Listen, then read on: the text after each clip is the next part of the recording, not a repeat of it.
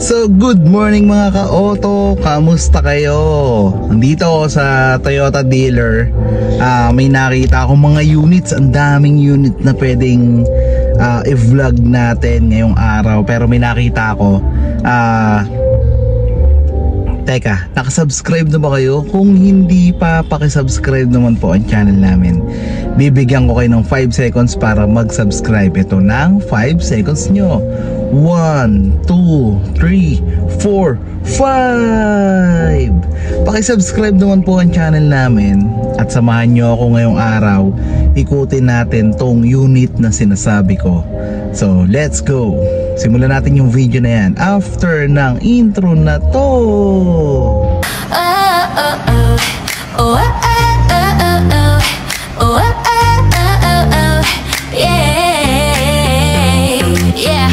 Pasok ka na sa ride ko, Team Angeles, tara let's go.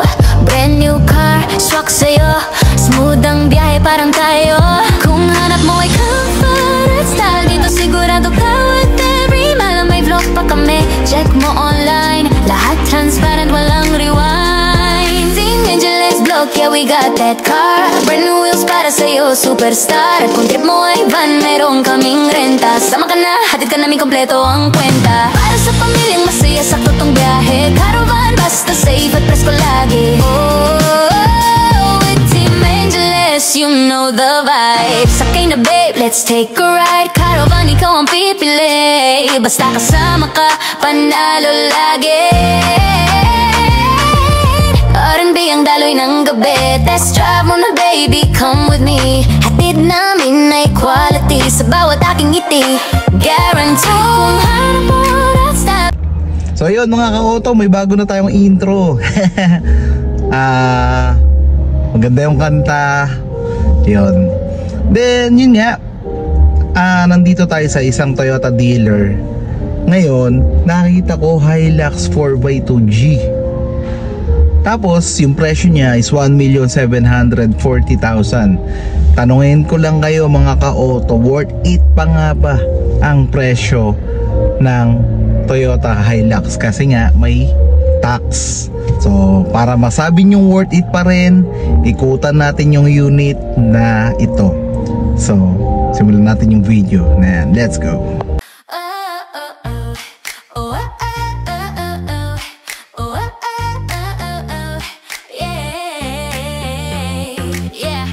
Pasok ka na sa ride ko, Team Angeles, tara let's go. Brand new car, swak sa'yo, smooth ang biyahe parang tayo. Kung hanap mo ay comfort at style, dito sigurado ka with every mile. May vlog pa kami, check mo online, lahat transparent, walang rewind. Team Angeles vlog, yeah we got that car. Brand new wheels para sa'yo, superstar. At kung trip mo ay van, meron kaming renta. Sama ka na, hatid ka namin kompleto ang kwenta. Sa pamilyang masaya, sakto tong biyahe. Caravan, basta safe at presko lagi. Oh, with Team Angeles, you know the vibe. Sakay na babe, let's take a ride. Caravan, ikaw ang pipili. Basta kasama ka, panalo lagi. R&B ang daloy ng gabi. So ayun, masasabi nating worth it pa ba? Syempre, Toyota yan eh. Toyota Hilux. Pag bibili kayo ng pick-up, syempre Hilux pa rin, diba? So simulan natin yung gulong. Ito yung mags niya mga ka-auto. Yan. Then yung sukat ng gulong na to is 265/60 R18, 18-inch na. Then ito na yung mags, maganda na. Then yung slim fender dito, ayan, may kasama na siya. Then projector type na ilaw, LED na fog lamp. Yan. So puntahan natin yung makina. So ito yung makina niya mga ka-auto, 2.4 liter 4-cylinder inline 16 valve DOHC with variable nozzle turbo. Yung engine displacement nito mga ka-auto ay 2,393 cc. So yun yung engine displacement niya. meron na tong maximum output na 150 PS at 3,400 RPM. Yung maximum torque naman ito is 400 Newton meter at 1,600 to 2,000 RPM. So yun, direct injection na siya mga ka-auto. 6 speed sa automatic, ganun din sa manual, 6 speed din.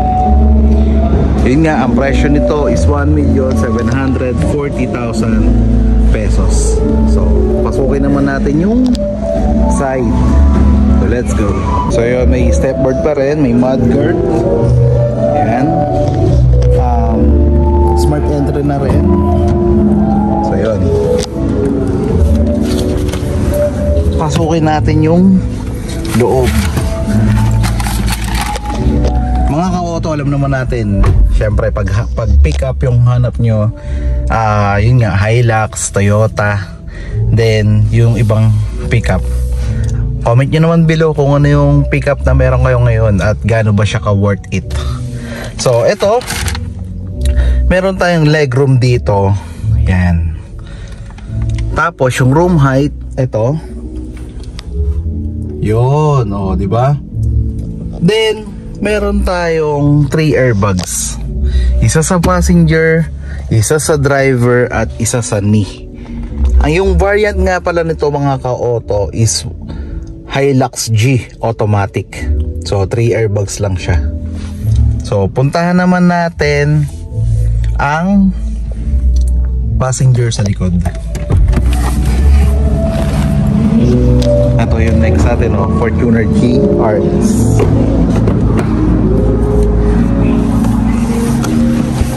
Yeah. So dito sa likod meron tayong legroom, ito. Yan, halos isang dangkal. Then ito, meron tayong lagayan ng mga gamit dito, maximum of 4 kilos. Halimbawa may mga pinamili kayo, pwede nyo ilagay dito kung ayaw nyo ilagay sa likod. Then yung ginamit na material ay fabric. Then yung ceiling niya ay color gray. Yan, room lamp, grip assist, ito, dalawa sa passenger sa likod, dalawa sa driver, dalawa sa passenger, at dalawa din dito sa, yan, sa kanan. Yan, so total of 8 grip assist. Ito yung upuan na to mga ka-auto, dito nilalagay yung mga tools sa ilalim. So check natin kung mabubuksan natin.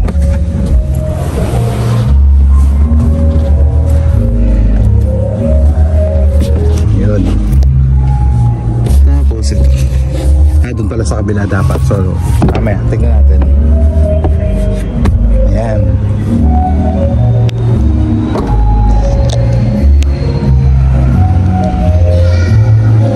Then ito yung bed liner nya. Yan, 1 ton yung capacity nito. Then ito, meron na siyang backup sensor at yung camera nya. Yan. Yeah. So yan yung bed nya. Marami nagsasabi, marami na nabasa dun sa Hilux na matagtag daw. Mga ka-auto, si Hilux po ay nakadesign po talaga sa for loading, for ganon, sa mga karga. Ngayon, yun po talaga yung design niya. Kapag may karga, hindi siya yun yung mawawala na yung tagtag niya kapag may karga na.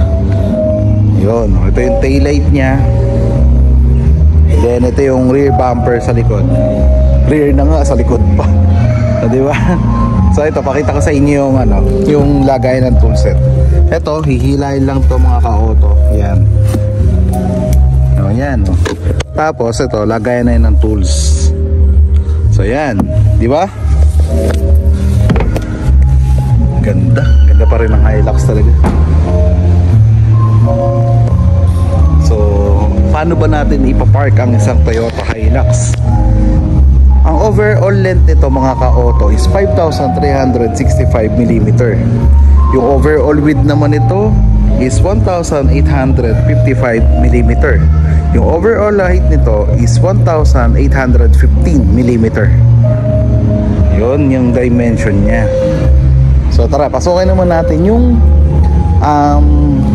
paborito ng lahat, ang driver's side. So pasukin ulit natin.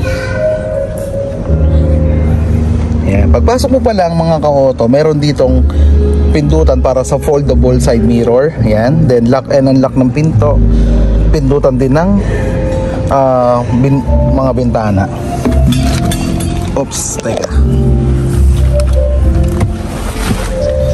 So sa manibela, ang pag-adjust nito mga ka-auto, tilt up and down. Yan. Then telescopic na siya mga ka-auto. Ang gaan ng manibela, isang kamay lang. Oh, di ba? Tapos up and down. Up and down. Oh, yun yung pag-adjust.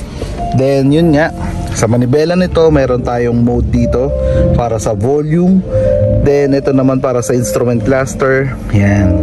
Sa mode dito. Then yung pagsagot at pagbaba ng tawag dito.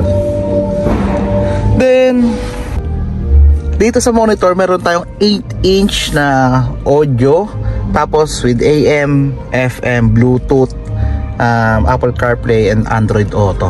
Yan. Then push start engine na. Then yung aircon, ayan. Tapos ito yung gear nya with eco mode and power mode na rin, si Toyota Hilux G automatic, regular handbrake, then center console. Ayan, malaking center console. Dito naman meron tayong glow box, tapos ito yung cooler. Yan, box with storage cooler yan. Then meron tayong vanity plate sa sa sun visor, lagayan ng salamin. Sa passenger sun visor wala. Yan, wala siyang vanity mirror. Yan, headlamp ito. So yun mga ka-auto, tapos na nating ma-discuss yung interior, ilaw, makina, dimension, yung sa lagay ng toolset, yan. Tapos yung mga buttons para sa side mirror, mga foldable side mirror, yan, na-discuss na natin.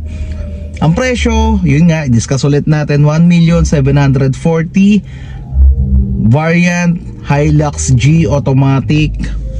Ito yung pinakamababang automatic ni Hilux. Tapos worth it ba yung presyo na nakita nyo? Kasi yung presyo na yon ay may excise tax na. Lahat po ng pickup natin may excise tax na. So worth it pa rin kasi syempre Toyota, at the same time kilala si Hilux sa pinakamatibay na pickup dito sa Pilipinas. Tama? So puntahan naman natin yung safety. Meron tayong pre-collision assist, lane departure, tapos yun yung 3 airbag, tapos yung 2 backup sensor, isang camera, at meron pa. So ayun mga ka-auto, ngayon kung naghahanap kayo ng mga promo sa unit na gusto nyo, naka-promo din po ang mga unit na yon. Kung naghahanap kayo ng dealer na magandang deal, tutulungan ko kayo mga ka-auto. So ano pang hinihintay nyo? Message na lang ako, mag-subscribe lang kayo, mag-follow lang kayo sa YouTube namin para tuloy-tuloy nyong nakikita yung mga promos namin sa iba't ibang unit na gusto nyo. At kung meron po kayong gustong ipa-vlog sa akin, pupuntahan ko po yung unit na yon at ipa-vlog natin hanggang sa makakaya ko. So hanggang dito na lamang mga ka-auto yung vlog natin. Hanap pa ako ng ibang unit dito, mag-comment lang kayo kung ano yung gusto nyo, then i-vlog natin. Hanggang dito na lamang mga ka-auto. Mag-iingat po tayong lahat. God bless po sa ating lahat. Bye!